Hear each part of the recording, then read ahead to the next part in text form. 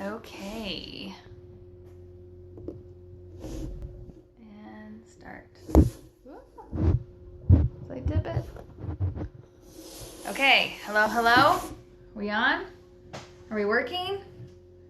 Hey Bex. Lots of numbers that I can't read from here. Good to see you again. Thanks for joining us. You've been a good follower. Thank you. Hey Lauren, Kate.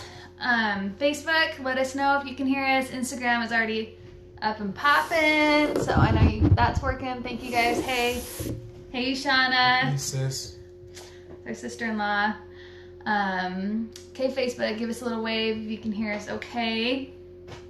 We will go ahead and get started. I feel like we gotta find like some intro music or something so we can like We got England. have some in the jams. house. Hello, England. Oh, across the pond. Hello, hello. Yeah, we need like some jams or something.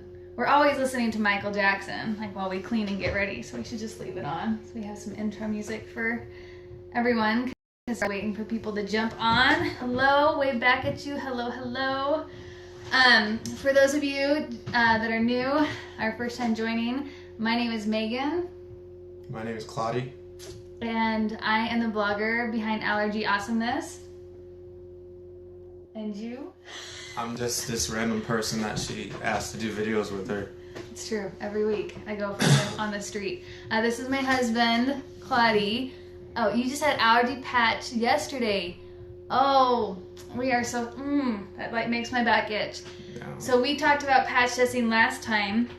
For those of you not familiar, I think a lot of people are familiar with like allergy prick testing because it's been seen a lot. But there's also this other kind of allergy testing that they'll sometimes do where they like literally tape the food to your back and they leave it for several days to try and get a prolonged exposure to it. We've never had it done. Our son has probably had it done like at least 100 times. No joke, we literally counted. And Not 100 times. yes. You mean 100 foods? 100 foods, sorry. 100 foods. Yeah, yes. but we would slap as many on as could fit on that poor but little not back. 100 separate. Yes, it felt like it. Yeah. But so I feel for you. He was a true champ, but I know like the ones that would irritate him, he would try and get at it, Yeah. and it would always look irritated after, and so I feel for you. That just seems super uncomfortable. Taking the tape off was the worst. Hey Beth. He got those little baby hairs on his Hey back. Greta Gluten Free. Hey Natural Baker. So anyway, sending you much love, Lauren. Good luck with that. I hope you only have another day or so left, and hopefully that will Grab correlate Sabrina. and work. Hey Sabrina, also hi, good to see you. So we wanted to, we've got a topic that we got some thoughts on, but we always, should have gotten some water. We always like, oh, stop, we're forgetting our, I just get so excited to get going. Anyways, if you have questions, go ahead and type them out. Remember, you can always ask us throughout the week too. We keep tabs. So go ahead and start typing, and we'll get started with our tidbits. Okay. You want to go first? Tidbits. Because I still got a thing. Tidbit about me is, in my spare time, I like to do genealogy. I'm a big family history person. My family's from Haiti, so I kind of specialize in doing Haitian genealogy, but I also help other people as well. I enjoy doing my own. Tis true. Tis true. Many men go golfing for 5 hours on the weekend. My husband, if he could, would do 5 hours of genealogy. So I always joke I'm married to an 80-year-old because I never knew anyone like below 60 that did genealogy, but it's a great hobby. No complaints. Very inexpensive. Like other sports and stuff. But he's actually really good at it. He's being humble. He has logged hundreds of thousands of names and is good at that kind of stuff. So anyways, oh, thank you, Lauren. You feel for my son. Yeah, it never looks pleasant. So my tidbit, so we like to do these tidbits, as people are joining in, and just it's kind of fun to like get to know people and see if we have anything in common. There's this one time where a listener, her husband actually kind of grew up, or you guys knew each other. We're from the same town. Yeah, same Boys and Girls Club. So you never know. Random world. So mine isn't as cool. I was saying I know family from Haiti, but I love to dance, and sadly I did not really figure this out till like college years, but I'd always take a fun dance class every semester because college is draining, especially it's very competitive where we went to school, so just to like blow off steam. She's trying to be your husband. That's what she's trying to tell you. Not true. Not true at all. I was fine not getting married, thank you. So I always took a fun dance class, whether it was like country or Polynesian. Like Polynesian dancing's really big where we live. There's a lot of Polynesians, and so that was one of my favorites, was Polynesian dancing. A white girl trying to make it work, but it was fun, and I got a good grade, so it worked. So, anyways, okay, so hey Brianna, I know you. Thanks for joining. It's always fun to see people that we actually know in person. So, the topic that we're going to discuss today, timeout. Sorry, I am like a squirrel tonight. Yes. That on top of just having questions, we really want to turn this into like an allergy, just validation hour, basically. So, like, if you want to share your story with us, even if it's not a question, well, sorry, half an hour. Hour just, it rolled off the tongue. Then we'd love to share that. We'd love to talk about that as well, because, you know, you can feel lonely sometimes if there's friends or family that don't get it. So, you want to tell us about an interaction you had at your child's school? Let us know. You know, we can all brainstorm together, or we can just congratulate you, or we can, you know, was that really tough? Man, that was really tough. You know, talking to my son's teacher after I feel like she excluded him, and just all the unique, you know, I don't like to say challenges, but opportunities for growth, right? Is that a better way to put it? That this situation affords us. So if you want to share anything, we'd be happy to read it to everyone and share that for you, because we all need some validation here and there. Was that one of our children? Hi, Susie, and Gift Gallery, Salt Lake City. Nice. Woo-hoo! Salt Lake City. Hey, are you going to the food-free Easter egg hunt? So we are so blessed, first of all, and I want to do a live with her. Michelle, if you're on. Hi, Kylie, Wisconsin. Oh, hey, my parents. I used to live in Green Bay for a little bit. Oh, thank you for staying up late. That's awesome. Yes, Brianna, your oldest is allergic to walnuts and cats, weeds, grass, and trees. I remember that. And I'll be back. Sorry. The reason why we do 9 o'clock is because we try to avoid our children needing us. They'll be asleep, but, you know, it's life. So, sometimes that happens. Oh shoot, what was I saying? Someone type me and tell me what I was saying. I have the biggest mom brain today. I think just that we all have situations that come up that sometimes we just need validation around, and it's just nice to share. So, like, I love that our listener was saying that she's got patch testing going on right now, so we can talk about patch testing, educate people patch testing. So, as always, just feel free to share. Oh, food-free Easter egg hunt. Thank you, Kylie. Thank you. So, if you live in Utah, there's this phenomenal mom. Her name is Michelle Fogg, and all of her kids have food allergies, and she wanted to do something about it. So she gathered all these other like-minded, kick-butt moms, and they started this food-free Easter egg hunt. And it's like the 6th or 7th year that it's going on. I'm talking about the egg hunt. Started small. Now there's hundreds of kids. People drive from like an hour away to go to it. They get some of it sponsored, and then it's literally everyone volunteers. No one makes money. Everything that you pay for with the tickets goes into the eggs. And everything's food free, so you don't have to worry about anything, whether it's food dyes. Because, you know, you can try and do top 8 free foods, but someone's going to be allergic to food coloring, someone's going to be allergic to the corn syrup. And it's just so nice to not worry. It's amazing. They have a guy in an Easter bunny suit. And they have it separated by ages. It's genius. So, like, the little kids don't get trampled. You know what I'm saying? Anyways, I volunteered there. It's wonderful. And I'm telling you, if you don't live in Utah, you need to start it. And that's why I want to have Michelle on one of our lives. It'll just be really late for her. Heather says she's willing to drive 2 hours from Wyoming. Hey, come on over. Tell her about you have to pre-register, though. So go to the Utah Food Allergy Network Facebook page and register. And I'm telling you, it's amazing. I mean, you know, Easter egg hunts last like 10 minutes, but they have a craft before and after. And the reason why I love talking about this is because if you hate that there is not food allergy friendly stuff around you, make it happen. And that mom is what inspired me to do a lot that I do, because I was like, oh my yeah, she just made it happen. Now it's turned into this like big community event, and not that it always has to. I mean, maybe that's stressful. Maybe it would be fun for you. And it does. And the community part is, I'm not sure if all the kids that go there have allergies. The majority, but so there's like but cousins. there's people who are willing to support it because it's an Easter egg hunt. It's something fun for the kids to do. So. And they have a food-free trunk or treat. So Heather, you were saying Halloween is a killer. I hear you. And so just be inspired. Like if you hear of other communities doing stuff for their food allergic people and you're like, man, I wish I had that. Be that change. Be that person. I totally believe in that. Like, I don't know if you know the backstory behind the Teal Pumpkin Project, started by a mom.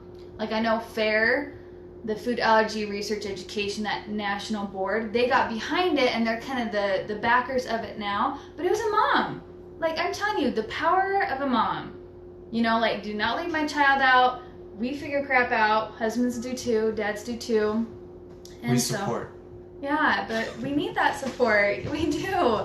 So, yeah. So if you don't have a food allergy mom, Danielle, she's on here. She does a little food allergy. You know, and you can do erasers and stickers and bubbles. I mean, my kids get like excited about the craziest trinkets. Oriental Trading is where we get a lot of stuff. It's like different fun things. It's really inexpensive. You just have to plan ahead because it takes a while to ship. So, okay, so Lawrence says, I feel awkward going to meals with friends because I always need to read the massive allergy books.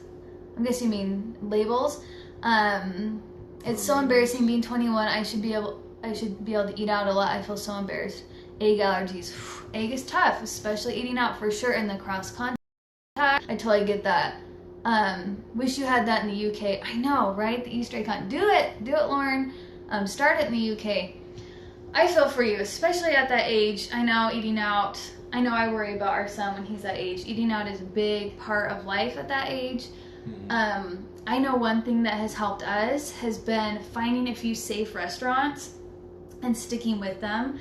So that way, like, we already know the menu. Not that you should always assume. Every single time you go, you should ask because you never know if they've changed ingredients. But at least we're familiar with the menu. Maybe we're familiar with the manager or like know that waiter. You know, you can establish that rapport. And I do that even when people aren't asking us out to eat. You know, like I have my friends and family, they have their eyes and ears open. Like my friend Stacy is always like, oh, I went to this restaurant and they totally had like vegan and gluten-free options. And so most restaurants have their not labels, menus online nowadays, and I'll look it up. Okay, if we ever eat there, I can do this. So maybe that would help you. I mean, I know you still have to ask in person and you still need to double check. But I hope that you can share some light on this because you're good at talking about vulnerability. But I hope that the people you're choosing to surround yourself with are supportive and that you are being vulnerable and sharing that with them. Like, hey guys, I feel a little embarrassed. I'm sorry it's taking me a while to order. And I hope that they're validating you and they're like, it's no problem. We love you. We want you to be safe.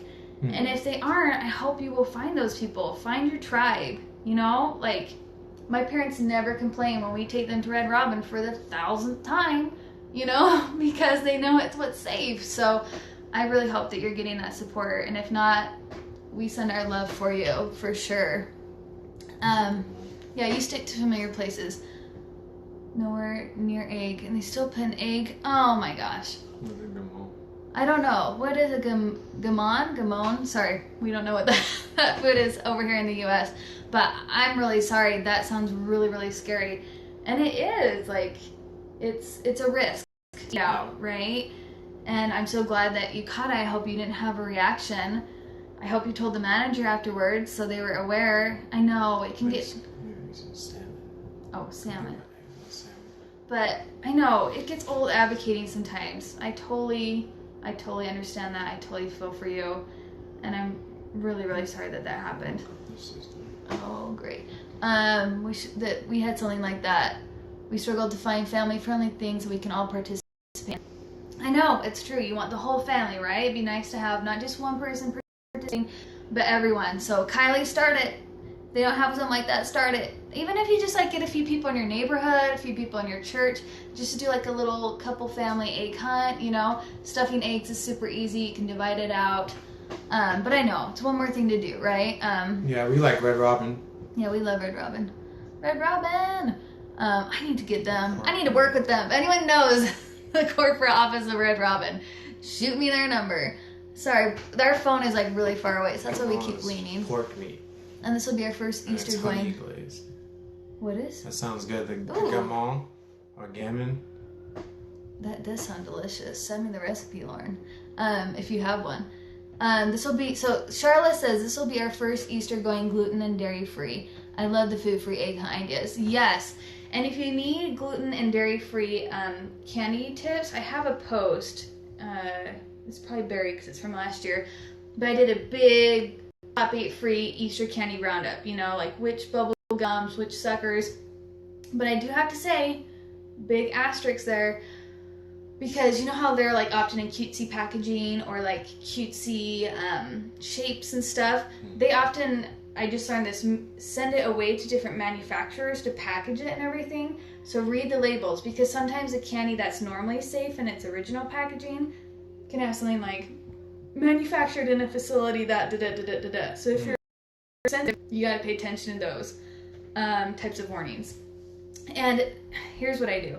If it's something like I really, really want my son to have and there's no other substitutions, like I can't just get them the regular packaging, it's like a once a year thing, I'll call the number on the back of the packaging and ask, like, okay, I see this warning on there, what does this really mean? And sometimes I'm pleasantly surprised. They're just going above and beyond. They'll be like, oh, we don't even do it on the same day, it's not even the same line, it's just that it's in the same house and we have cleaning protocols.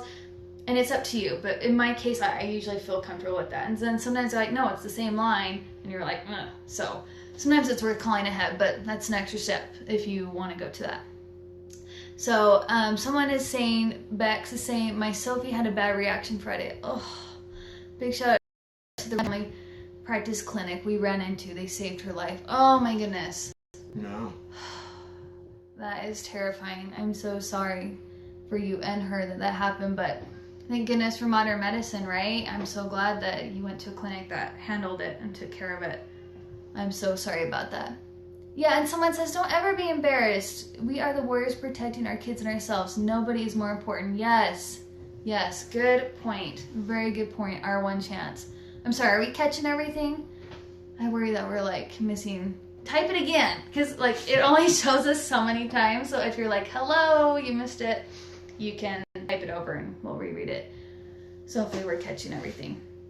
Okay, what time is it? Do you have your watch on you? Oh, sorry, it doesn't let us see the time on our phone when you're doing a live. Well, okay, so we talked about the Easter egg hunt. We talked about some safe candies that you can find. Okay, and then I love all the experiences. Oh, thank you, that everyone is sharing. So this might be too long of a topic to be starting this late in the live, because we try and wrap it up. Just keep it like a half an hour because, hey Anna, she's an awesome EOE mom. She's a friend. Because it's super late, like we know we're more West Coast time, and so we don't want to keep you guys up forever, and we want to get to bed too. But have you ever had your little girl tested for allergies? I think she's similar age to my youngest. He seems to be following in our daughter's footsteps. He's on hypoallergenic formula. Doctor says no testing. Hey Anna, sorry, I have to hit C more. Testing till 1, which is okay. Oh, that's a catch-22. I don't know. Okay, what's our whatchamacallit? Our warning? Oh, clause? Yeah, say it. That we're not licensed professionals. Yes, we're not licensed medical professionals. So anything we say cannot. You need to check it out with your licensed professional. Yes, this is purely one mom's opinion, okay? I would be nervous with that, and I might get a second opinion purely because the LEAP study, if you've not heard of it, if you're an allergy mom, you have to read up on the LEAP study. The allergic living, our kids are on a rough night. The Allergic Living magazine kind of broke it down if you don't want to read the actual study. And it basically says, like, you have a way better chance of not having a food allergy if you give them the food before age 1. So I would be nervous that you would miss that window. I mean, I literally was just on a conference call with AviQ.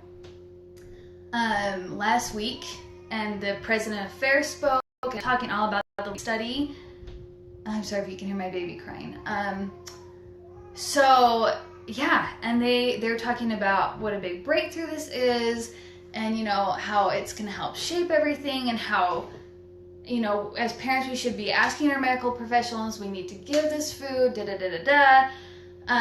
so that's what we've done with our little girl. She's going to be 9 months soon, and we've already given her peanuts, tree nuts, milk, eggs, soy, fish, and we just have shellfish left to give her. So yeah, I was all about that. Now, that caveat, for once, I didn't have to restrict myself when I breastfed. And she didn't have eczema. She didn't have a lot of the warning signs, right? So that's why my doctor was like, well, she seems okay, go ahead. She is starting to get eczema now, but when we first started, she wasn't. But obviously there was a risk because both of her older brothers have food allergies.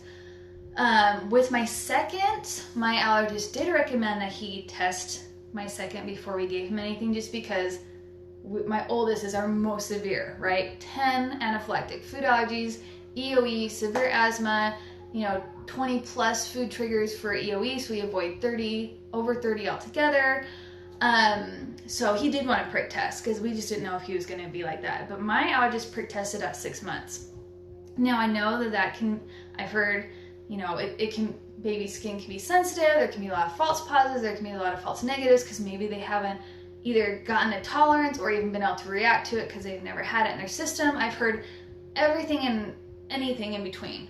So that's a tough call because I don't know what the standard is, other than it seems to be the consensus in medical literature that presenting a child, even with, they mentioned, if you read the study, if I remember correctly, big asterisk where, remember mom brain, that kids who even had I think it was an egg allergy and eczema, they still gave peanuts to.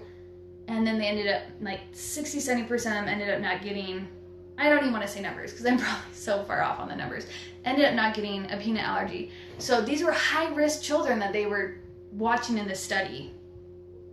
So, and I know a family that's bananas allergic, every single one of their kids has 1,000 allergies, and they have a baby around my age, and they are giving the baby peanut, and the baby's already tolerating it. So if your mama gut is telling you, this is what I always say, if your mama gut is I don't feel comfortable with that, obviously you're asking me for a reason, and if you're just I don't know, then maybe it's worth getting a second opinion on, doing some praying, reading medical literature, and making the best informed decision that you can, knowing your own family circumstance and personal things and what you're comfortable with. I just had a mom message me last week saying, my doctor just gave us the go-ahead, we can do a new oral challenge, and she's and I am scared and I don't want to do it. And I'm I can get that. I can totally get that. So I'm sorry, I don't know if that's an answer to your question, other than we personally have, I'm really glad we have, and I cannot help but wonder in the back of my mind, would my first son not be as bad today if we had? Because he was, unfortunately, before the whole LEAP study, and it was cut everything out of my diet, so it wasn't even in his breast milk. Don't give it to him until after he's 1. We waited till he was almost 1, 11 and a half months, gave him yogurt for the first time, full-blown anaphylaxis. And I think, what if we had given it to him sooner? Woulda, coulda, shoulda. We were doing what we were told, and science is always changing, right? Maybe in 5 years they'll say, don't give it to him. But all I know is with my second, my third, we gave them foods younger.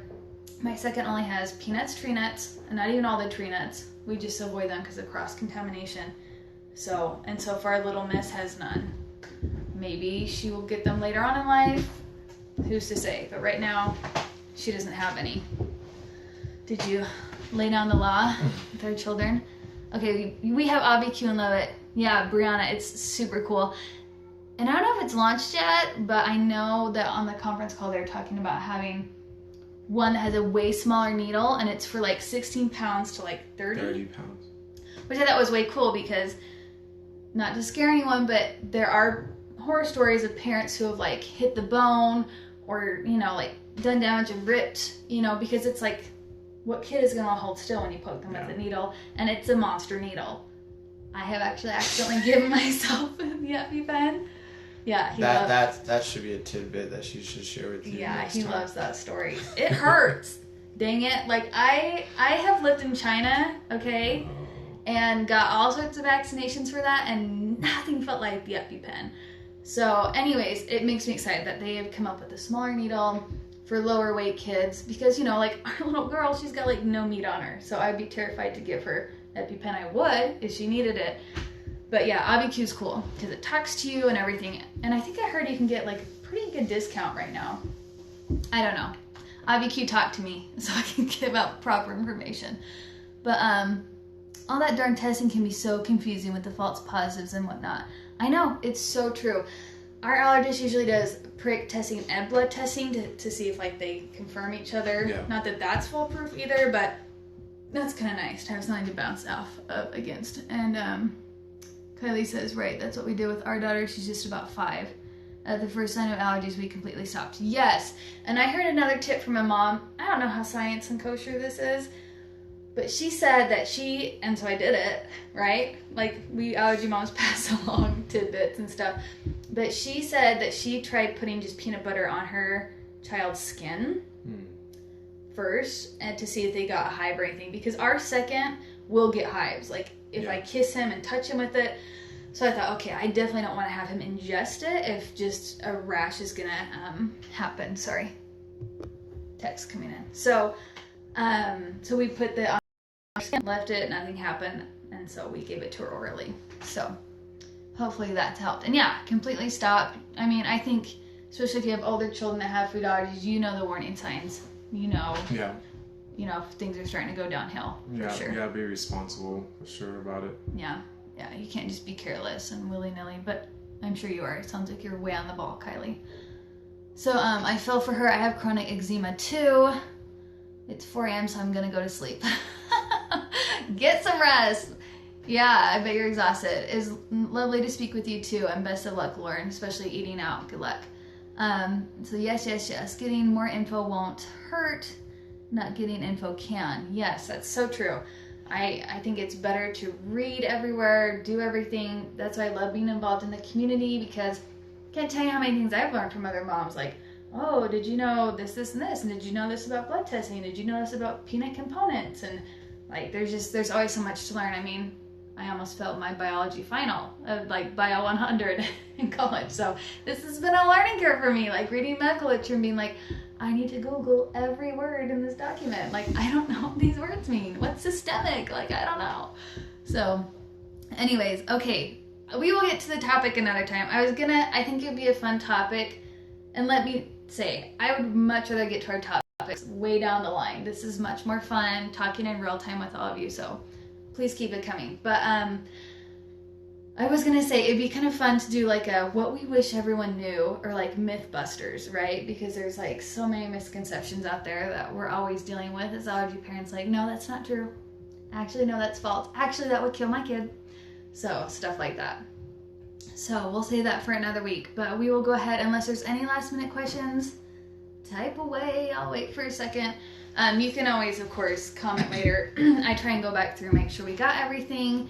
So thank you guys for joining us. It's always so fun to connect with other allergy parents. Be on the lookout. Yeah, doesn't that topic sound fun, Kylie?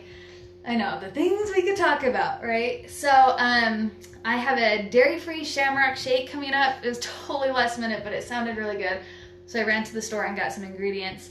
So that will be going live hopefully tomorrow. And oh, sorry, Amber, we're just getting off, but watch the replay.